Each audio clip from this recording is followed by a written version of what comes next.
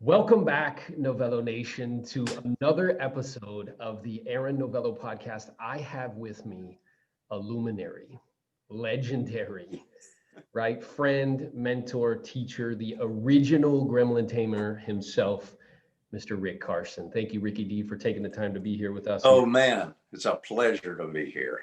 For Really. sure. I mean, I know anything you do with quality. And I know how much you care about your constituents. So to be asked to be part of your deal here it's an honor, Aaron. I really appreciate it very much. My pleasure. I appreciate you in very many ways. As you know, I've expressed that to you on multiple occasions. So I always do my best to bring people to the platform that I think can add tremendous value, and you definitely fit that category. And for those who don't know kind of the story of how I came in contact with Mr. Rick Carson is, it was a stage in my life where I was maneuvering kind of props and players outside into configurations that pleased me. I was doing well in business. And if people were to look from the outside in, they would say, hey, everything's going great. However, internally, my internal experience was not that enjoyable.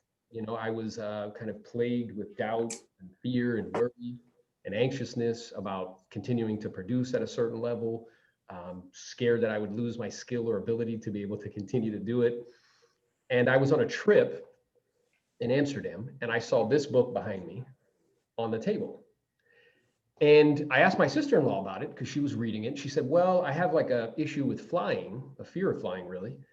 And somebody told me to read that book. So I opened it up and I wanted to read this to the audience so they can hear it, right?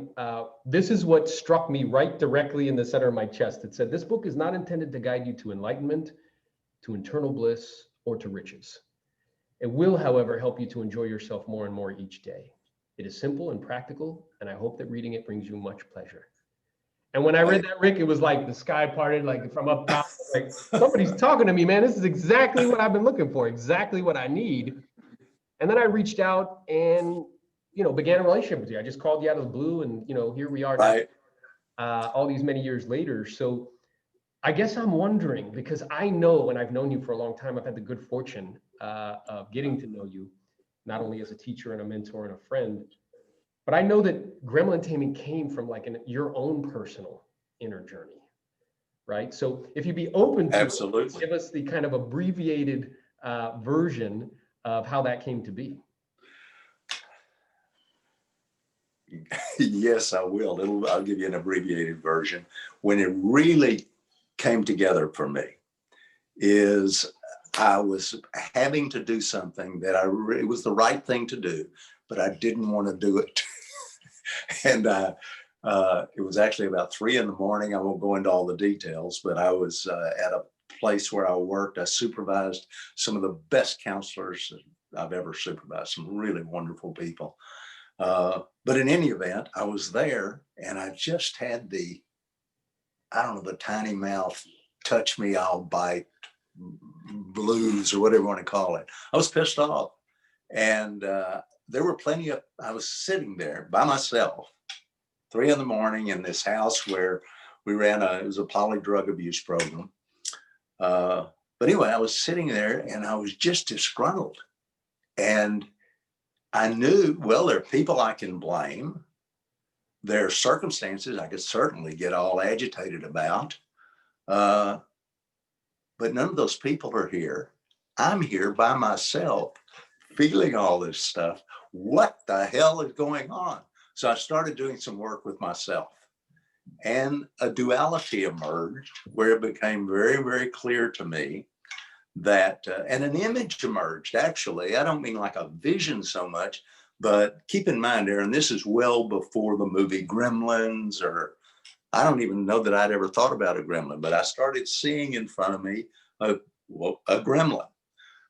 So, but the real learning was about that duality. But the gremlin thing kind of stuck in my head. But because of that duality and seeing so clearly that working through that was more than just a dialogue between, your gremlin on one shoulder and something else on the other and all that. It was really a matter of those two forces confronting themselves in such a way that there was a wholeness that came out of it. They merged in a way. And it wasn't a cognitive thing. It was very physical. It was experiential. So Aaron, I was 29. Were you really? I'm 76 now. That was a long time ago. So, but anyway, the image stuck with me. But within just a few days, with families I was working with couples, with individuals, it didn't matter what somebody presented with. It became very clear to me eventually when the real work would get done is when we got down to that duality. And all of a sudden it was like, and I think I may have shared this with you at some point, it was like, wow, I see how this works. Okay. And then, so gosh, several years later, I sat down to write. In 1983, I sat down to write the book. I just had weekends to write. Anyway, started to write it as a metaphysical book, started to write it as a book for therapists and coaches. And then I just thought, shoot, I'm just going to write it for everybody. And that damn image of the gremlin kept coming up. So I called it Taming Your Gremlin. And that's how it all happened. That is so awesome. And I really appreciate your authentic kind of expression of that experience. Yeah. So I wrote down a few things which were pretty interesting. The first you notice, which is natural and normal, like rain and sunshine, that you were mad about something.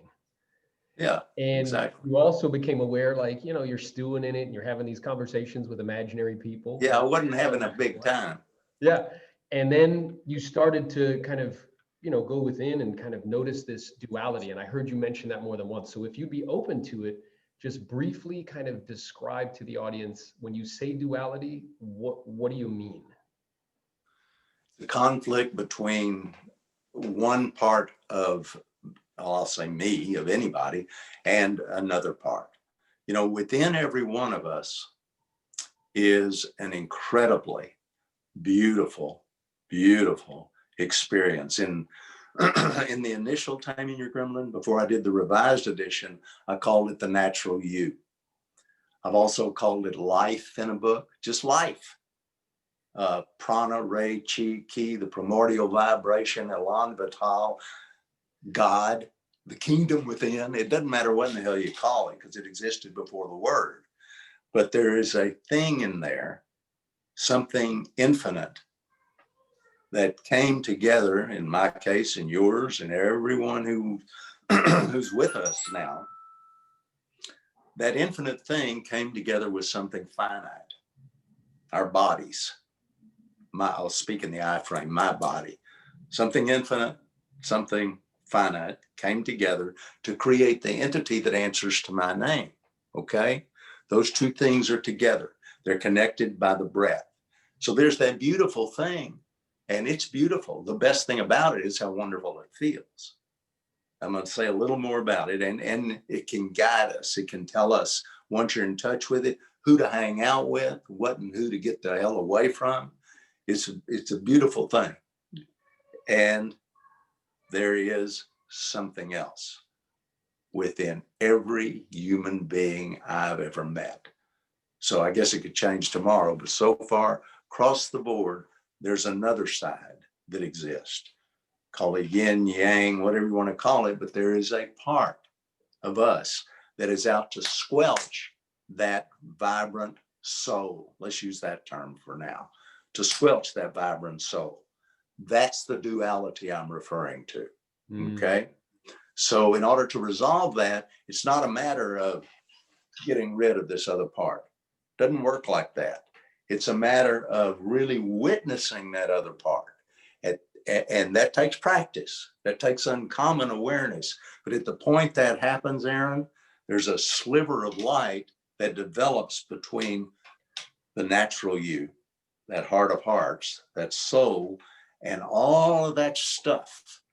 Well, when that sliver of light is there, there's just a feeling of clarity. It's not like cognitive information. It's like, oh, I see. There's what's real, and then there's this other stuff. Now, we'll say that, let's call that other part your gremlin, okay? I'm a firm believer, Aaron, that any feedback I get from anybody probably has a little truth in it for me, even if it's very critical feedback, including from my gremlin. So I'm going to ask myself, what do I need to learn from this? You know? Okay. But that's all the thinking I'm going to do about it. Yeah. What do I have to learn from this? And is there any action I need to take? Yes. Okay. And let it get in there. But the method, as you know, the gremlin timing method is very precise. It's very elaborate. And as you well know, it takes practice. You got to practice with it. Practice, that's for sure. Yeah, yeah. I mean, you were a quick study. You are a quick study, Aaron. And it's like such a pleasure to work with you for that reason. You know, you really, when you dive into something, you really dive in. Well, and I appreciate that. And what I'm aware of, it means a lot coming from you, the Gremlin tamer himself. I'm also aware that it came from a place of kind of desperation in a way. Yeah. Was the I wasn't going to say it. Yeah, so the pain was so strong that I got to a place of like, hey, whatever it takes. I remember when we first connected, I was like, hey, Rick, you don't know me very well, but like, you know, I'm pretty good at like maneuvering props and players in the way that I like, but I don't know how to enjoy myself. Right. I remember like, quite well. And you were like, yeah, Buckaroo, I can help you with that. So it came from a place where the desire was really strong. Now you said something here, which I really, I wrote down, I jotted it down because it jumped out at me. So conceptually understanding those two kind of pieces, but you said witnessing, because I'm aware that the tendency is, myself included, without kind of a practice, without awareness, is to want to try to like push against, but I know that that creates resistance itself. So if something's happening and you start to push against it, or you try to cut it out, you try to say like positive affirmations or positive things, right? And this creates a new duality. I tried that to like the fullest and it doesn't work. So talk about that. Well, I'm really glad you're pointing that out, because that's the way it works. Yeah. You know, a key element in the method is what I call simply noticing. Now, keep in mind, when I wrote Taming Your Gremlin, the whole beautiful, really beautiful Buddhist movement was not big in the West, and there was no term like mindfulness. And so I had to come up with a term that described the experience I was having. And for me, I just thought, well, hell, I'm just noticing, paying attention. So I use the term simply noticing, and that's a primary piece of the method. It's a little different than just mindfulness, because it's mindfulness in action. What you learn to notice, it's pretty easy to notice what's going on around you. With practice, you can notice what's going on in your body, even the subtle things. But to notice what's going on in your very own mind, that's second semester, you know, because you're right in it. It's right up against your face. Yeah. It's a veil of concepts. But as you well know, with practice, immediately, if it's one of those beliefs about yourself or about how the world works, it's probably limiting, even if it's a positive belief, Aaron, because a belief is just an opinion that you develop loyalty to. And a lot of those opinions were in there by the time you were a little kid, time you were 6. And then you start to see the world through that veil. And it's a prejudice. It's a prejudice against yourself, because any self-concept, I'd rather you have a positive one than a negative one, but any self-concept is limiting, because you're not a concept. You're a constantly evolving mass of matter with that infinite power inside. There are no real limits. I mean, you can't, I don't think, walk on water or grow taller on the spot. Or fly. Yeah, damn it. That'd be a great one. So this is good. So I wrote down a couple things, and I really hope those people listening that they're paying attention and writing notes, because this is the way it is, guys. I think always by the book, you know. And you're getting it right from the horse's mouth. So, you know, what Rick is telling us is that it's perfectly normal and natural, like rain and sunshine, that you have anger or frustration or you get scared or any of these things. And the way you get through something, because you've really drilled this into my head over all of our time together, is not by going around it. You get through something by going through it. And one of the things that I learned immediately, we would kind of do calls or do work. If I was doing a piece of work with you, instantaneously, as soon as you see where that duality is or that energy is blocked, you would like grab me by the collar, metaphorically, and push me right to it, right? Yeah. Because that's how you work through it, versus Yeah. trying to run away from it, versus trying to, I don't know, affirm it away, versus trying to distract yourself with food or alcohol or some other kind of thing that would pull you away. Anything. Cabin in the woods, that longed for relationship. People have all sorts of, that'll do it for me. That next degree, that hoity-toity mansion on a tree-lined street, yeah, that'll do it, by golly. It's not in there. It's not. And I mean, it helps for a while to have whatever you want, but the thing you're looking for is within you, as you well know. I do know this, and the intention is to spread that message as much as possible. So that's true.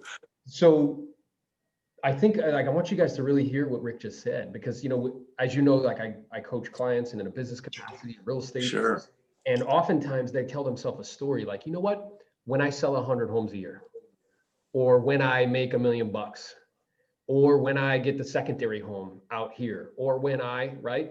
And yet internally, right? Even as they're kind of moving and progressing, and it's not happening in the time frame they like, or as quickly as they like, or in the amount that they like, but still producing and succeeding. Right. I noticed that there's like,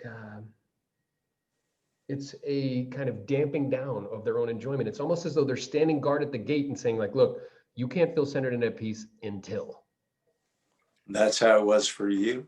Yep, 100%. Yeah. Now I'm curious, because you have this very amazing kind of perspective in that you've spent probably, I don't know, 30 or 40,000 hours with humanity.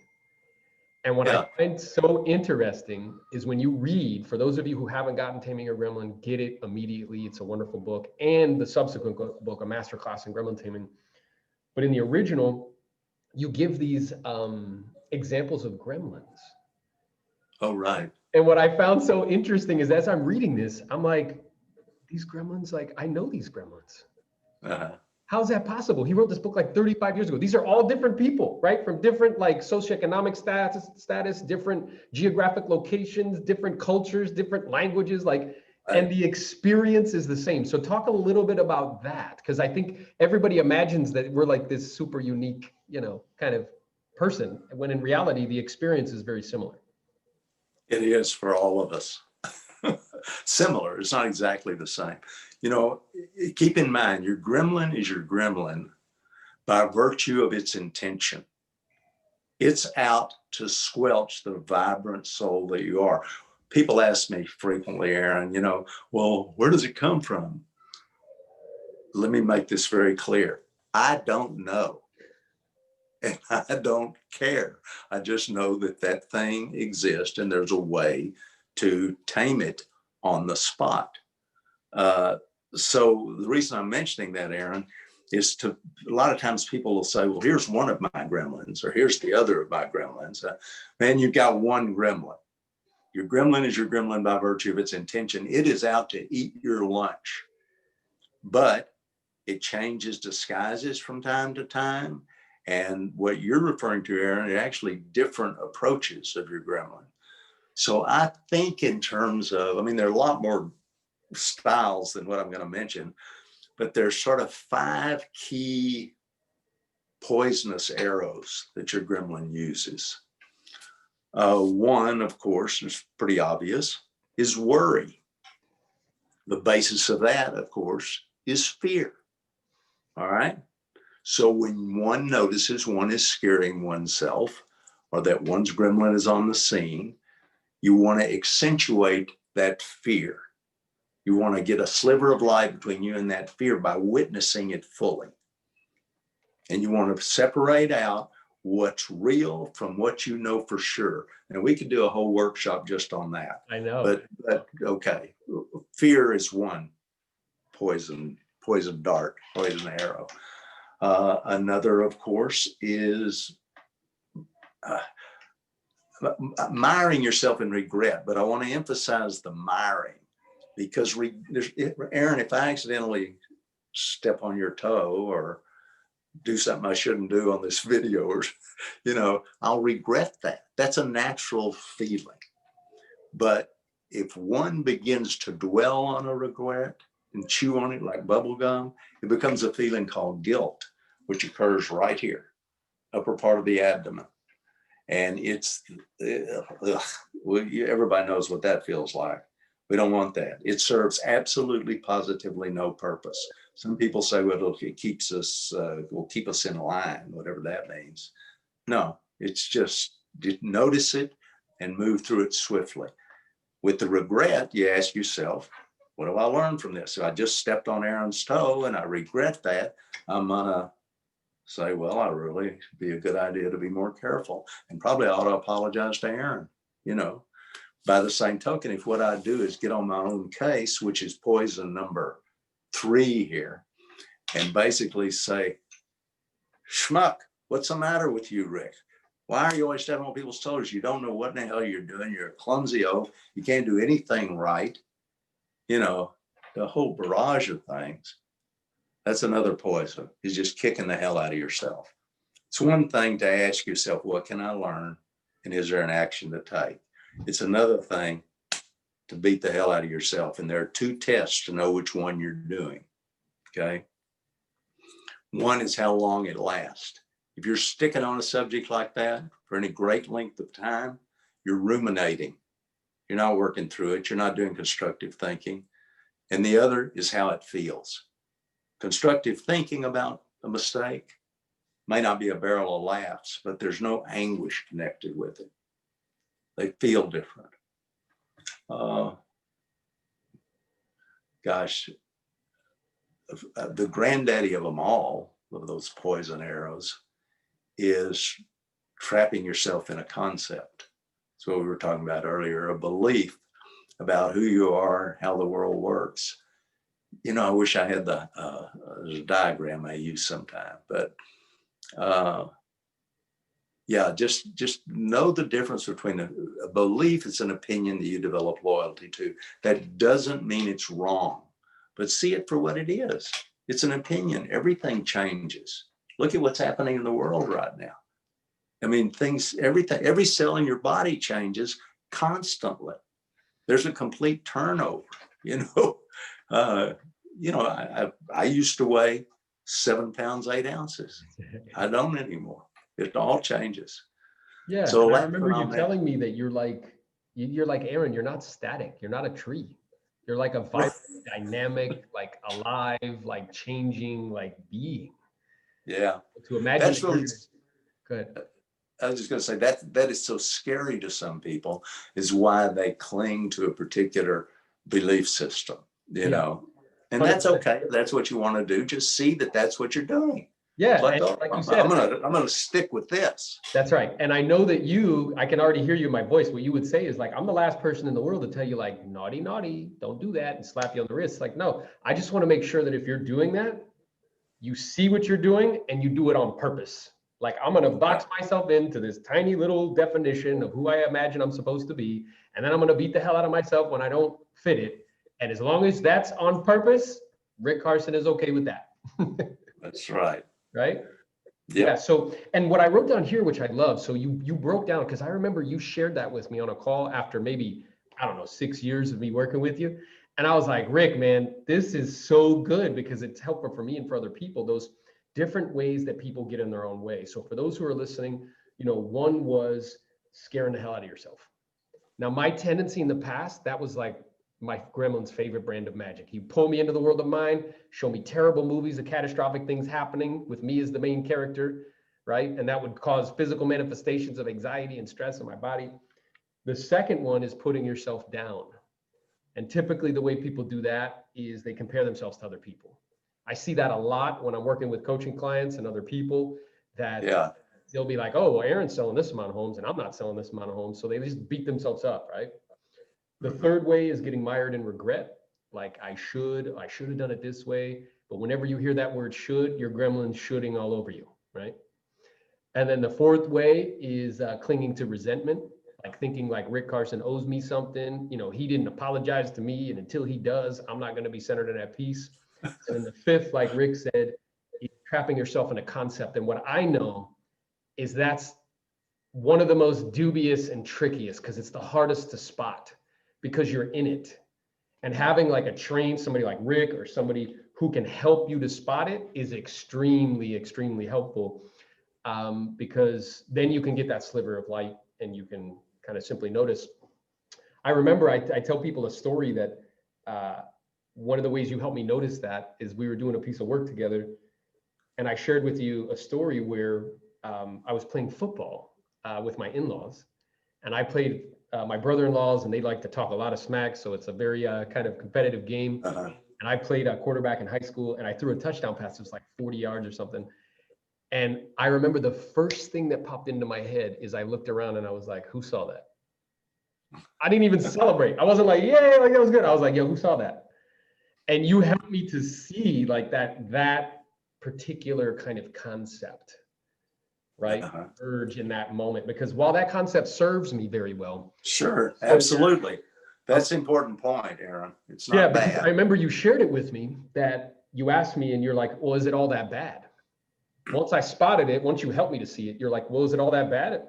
Because at first I wanted to like fight it. And I was like, well, no, it's not all that bad. It actually serves me in a lot of ways. Yeah. However, if left unchecked, it will ruin a lot of things. It'll ruin relationships. It'll ruin friendships. It'll ruin my finance. It'll ruin stuff, right? Absolutely. Yeah. And becoming an expert in your gremlin's brand of magic is a very critical skill. I wanted to show people these behind me. They're even labeled Gremlin Taming journals. And what these are filled with, okay, is whenever my gremlin would show up and start to, either try to scare, either one of those 5 things, scare myself, compare myself with other people, all those different 5 ways that you can typically get in your own way, I would pull this out and I would journal about the experience. Because that way I became an expert in my gremlin's brand of magic. And when he does show up, and it's not if, it's when, because he will. It's a great point, Aaron. I can notice it, right? Yeah. So one of the things I wanted to ask you about, Rick, is that I know, with a lot of the people that I work with, a lot of them are hard chargers and very achievement oriented. Absolutely. And I'm also aware that because they're such hard chargers and achievement oriented, typically it's never as fast enough or as quick enough as they want it to be, or in the quantity that they want it to be in. So like, my first question to you is, in all of your experience with working with people, is that normal? Number 2, if so, why? And number 3, how can gremlin taming help them with that? What was number 2? Number 2 is, why is that normal? Like, why is that just a normal kind of thing, right? And then number 3, how can the gremlin taming method, if somebody chooses to, because what I'm aware of, somebody can read your book and it's just a book and they put it on the shelf and they're like, oh, that's cute. It's true. What I've experienced is it is far beyond that. It is very much so like a manual for the human experience. So like, how can gremlin taming help with that? Because a lot of my clients, like I see that they grapple with that. Yeah, it's really interesting. I want to comment on what you were saying about the Taming Your Gremlin and the masterclass in gremlin timing have a lot of pictures and big type and things like that. So a lot of people pick it up and think, well, this is a simple little self-help book.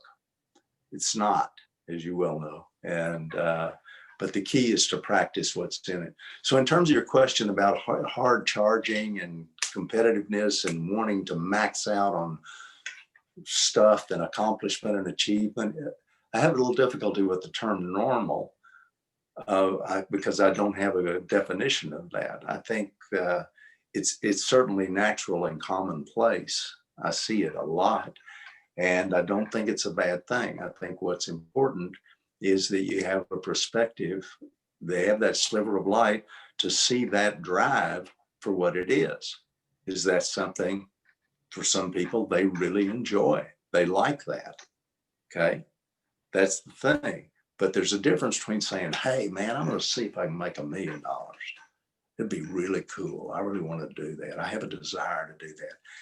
But when that desire, when that want becomes a need, oh my God, I've got to do it, or I'm just not as cool as Lulu or Joe Schmo or whatever, whatever, my parents are going to be disappointed, or, you know, when it becomes a need, well, look what I'm doing with my hands. I mean, there's a whole different feel to that. So one of the things in playing with that stuff is is the semantics, Aaron, is to do something as simple as throw the term need in a trash can. You know, I mean, you need food, you need water, you need good health to stay alive, you know, but most of the things we think we need, we really just want really badly. And that's fine. Then pursue them, have fun with them, you know. Be a hard driver, man. I mean, everyone I know who's ever accomplished anything is pretty devoted to it.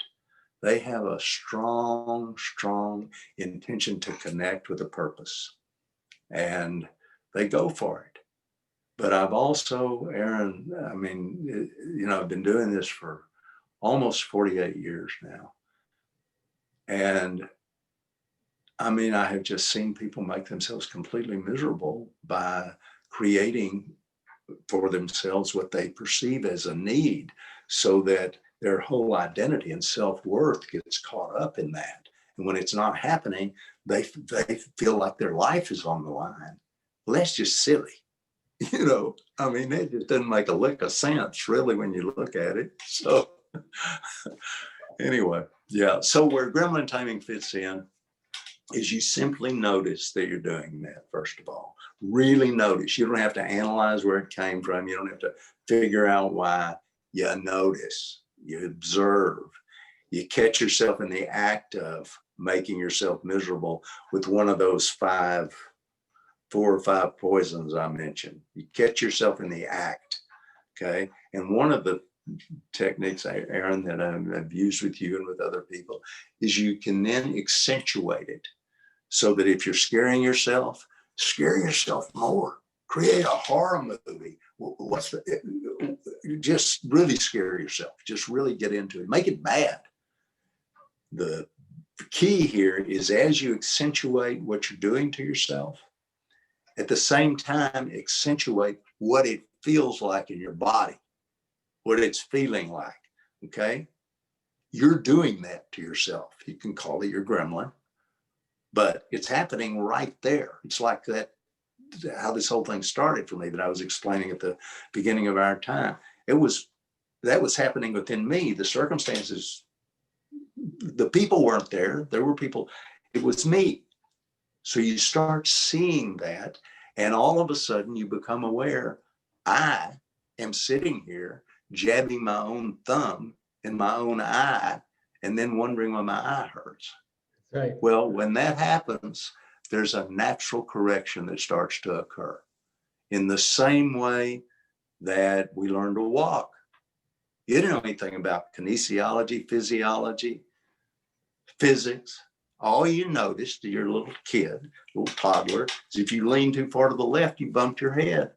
So you started to straighten up. That's the way it works, with simply noticing and accentuating what you're doing to yourself. So there's, as you know, there's much more to the method than that, but that's a key. If people will play with that, and I want to emphasize that, play with it.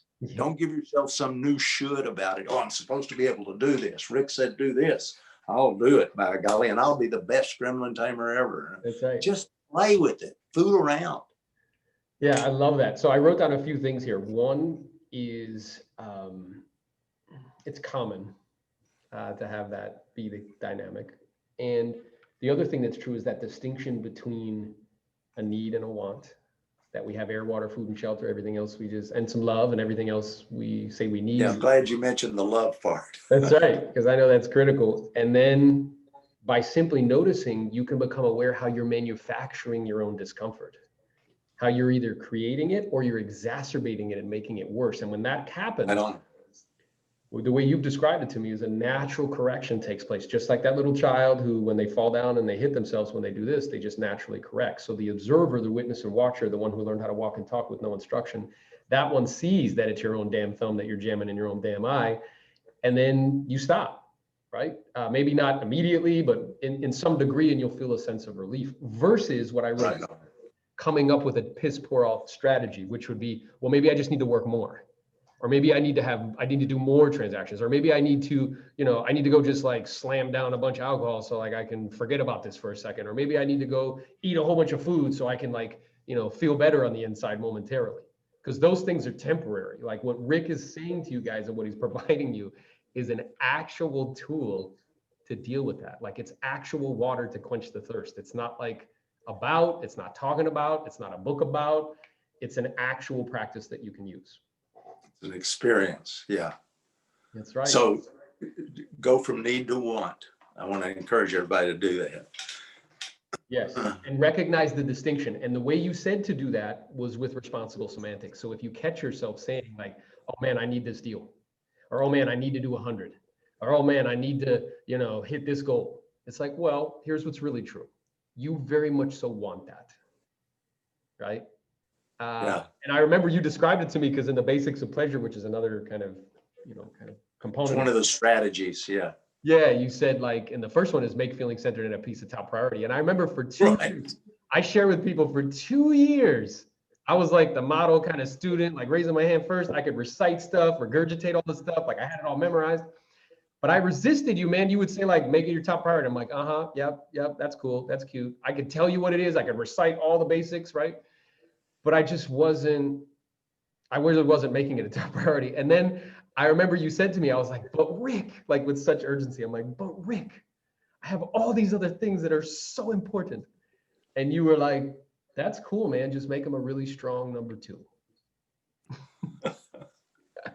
Yeah. And once I got that, it made a whole bunch of difference. So that's really is the key for people, Aaron. And it's amazing the number of folks who it takes them a while to just get that, is to remember that this feeling, simple peace and contentment, simple contentment is your number one priority, other than survival, of course. I mean, it really is. But you're right. I mean, people look for that in circumstance, as opposed to considering the notion, well, maybe that's the natural state. And that if I quit getting in the way of it, maybe I'll feel more of that. And that's really what the Gremlin timing method is about. It's not about the Gremlin. I know. It's really not. In the same way that it's like they say, you know how to carve an elephant out of wood. You get a block of wood and you take away everything that's not an elephant. So it's the same principle. What we're after is the truth of who we are. And it's an experience. You're not going to discover it and say, oh, it's like I said, it could use terms, soul, prana, rate, chi, ki, all that stuff, but it's not all that stuff. It's an experience. Those are just the words. Those are the concepts. Just feel it. And, maybe the method won't take people all the way deep into that experience. I don't know. It depends on how much they practice. But I know that what you're doing, Aaron, really points the way for people because it directs them inside. It really directs them back to themselves, to their own response ability, their ability to respond to that thing, breath to breath, moment to moment. But to respond to it, you have to at least have a taste of it. So that infinite force and that finite body are connected by your breathing, right? So your breath, your breathing is worth attending to. That puts you real close to that experience. That's right. And what I'm aware of, what came up for me as I'm listening to you, like I feel like I'm brushing up against it as we're talking. And what comes up for me is you saying to me that, Aaron, you don't have to create anything. You just have to discover what's already there. And I remember for a while, I was like, what is he talking about? Like, yeah, that's cool. Yeah. And yeah, okay. Simply notice, like, okay, that's cute. Or like, oh, basic pleasure, like, oh, that's cool. But with practice and with time and with simply noticing and with sitting and centering yourself and with journaling and with all of those things, I can attest to the fact that what Rick Carson is saying right now is 1000% factually accurate. So I first and foremost, again, want to say thank you so much, Rick, for taking the time to be here and be here with you. Thank you. I know that they're going to just benefit so tremendously. So for people that want to connect with you in any capacity, right? Where can they find you? Well, there's a Facebook page, Taming Your Gremlin Facebook page. Don't go to a Rick Carson page, go to Taming Your Gremlin. And there is a web page, tamingyourgremlin.com. I'm going to, in January, I'm going to offer a course in gremlin timing. That's available. And anybody that wants to work with me, I do a thing called Gremlin Timing Intensive. And I only take a few people at a time, sometimes one at a time. It depends, because we talk first, and I want to be sure that they're on it. And it's a mutual selection. They need to get to know me a little bit. So all they have to do is email me or my assistant through support@tamingyourgremlin.com. And there's a contact thing through the webpage that has that if they want to do that. Support@tamingyourgremlin.com. And if somebody, as you well know, is how it happened with you. If somebody has a sincere interest, or with Jane Massengill, who's director of the Gremlin Timing Institute, somebody has a sincere interest, if they're really thirsty, I'll work with them, but you need to connect with me so we can talk. Yeah, and I can attest to that, guys. Like, I want you to recognize, I read that book and then I picked up the phone and I called him, and that was probably 10 years ago.